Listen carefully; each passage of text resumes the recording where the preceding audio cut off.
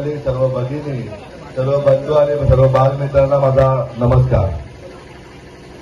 पहिल्यांदा तर मी पुन्हा गावाच्या तिन्ही पोलिंगच्या सर्व मतदारांचे जाहीर आभार मानतोय. तर मागेही असा धावता दौरा मी रात्री मला वाटतं 1 वाजता आलो होतो. पूर्ण गाव थांबलं होतं. त्या धर्तीवर आता एवढ्या तळतळत्या उन्हामध्ये पूर्ण गाव थांबलेलं आहे आणि पुन्हा एकदा नडगावच्या सर्व मतदार बंधू भगिनींचं जाहीर आभार मानतोय. आपण पाहतोय गेले 45 वर्ष या शहापूरमध्ये छाप काढण्याचं राज्य चालू आहे. एकदा बरोडा एका दरोडा, एकदा बरोडा एका दरोडा.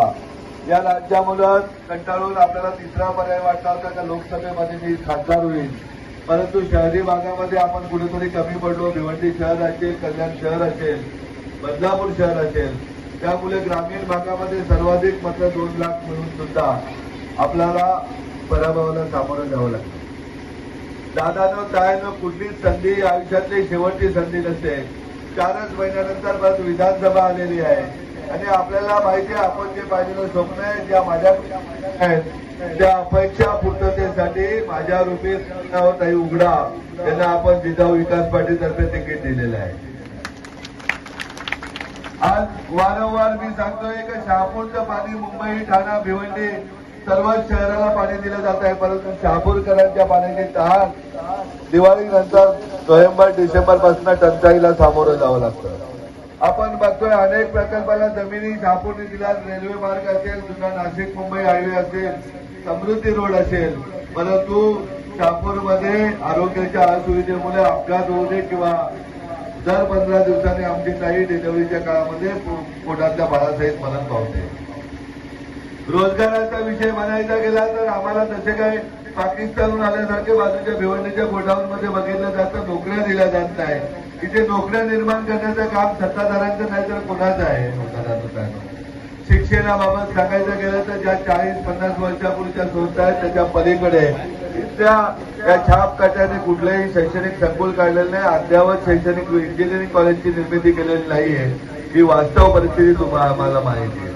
हे सर्व काम लोकप्रतिनिधी इथल्या आमदारांचं आहे का त्यांनी चांगले शैक्षणिक संकुल आणले पाहिजे, चांगले आपल्याला वैद्यकीय उपलब्ध करून दिले पाहिजेत, आपल्या मुलांच्या रोजगारासाठी चांगले IT पार्क किंवा इतर चांगल्या कंपन्या आणून जास्तीत जास्त ग्रामीण भागातील विद्यार्थ्यांना, तरुणांना रोजगार देण्याचं काम इथल्या लोकप्रतिनिधी केलं पाहिजे.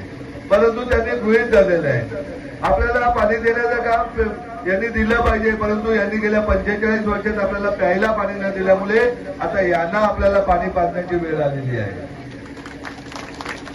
यानं त्यांचा पराभव केला पाहिजे. या 2 नावाला दरोडा आणि बरोडा या 2 नावाला शहापूर तालुक्यामध्ये कंटाळा आलेल्या सगळ्याच मतदारांना यांना तिसरा पर्याय म्हणून आपण रंजनाताई उघडा या एक आपल्या शिकलेल्या उमेदवार आपण दिलेले आहेत. त्यांना सांगितलेल्या अगदी अनुमानापासून समोर सांगतो की शहापूरचा प्रत्येक मतदार हा आमदार झाला पाहिजे. अशा प्रकारे तुम्हाला काम करायचे. तुम्ही आमदार एकट्याने होणार तर शहापूरची शेवटची ताई, शेवटचा दादा, शेवटचा आजोबा प्रत्येक जण आमदार झाला पाहिजे. हे काम तुमचं आहे. आपल्याला इथल्या आरोग्य सुविधा, शैक्षणिक सुविधा देणे हे तर मला बंधनकारक आहे, परंतु जर आपण रंजनाताई रूपे आमदार दिला तर या कामाला वेग येईल. शासनाकडून जास्त पद्धतीने कामं करून घेऊ. मग भास्ता कालव्याचं अपूर्ण काम असेल ते पूर्ण करून घेऊ. 12माही पाण्याची व्यवस्था करून घेऊ.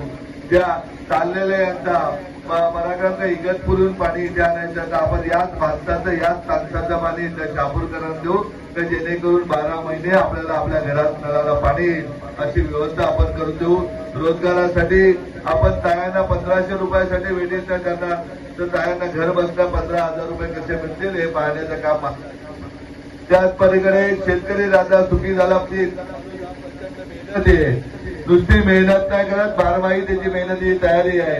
त्या शेतकरी बांधवाला माझ्या 12माही पाण्याची व्यवस्था करून देऊन पीक कसं येऊन त्याला चांगला बाजार कसा मिळेल यासाठी मी 100% प्रयत्न करेन. हा आपल्याला शब्द देतो.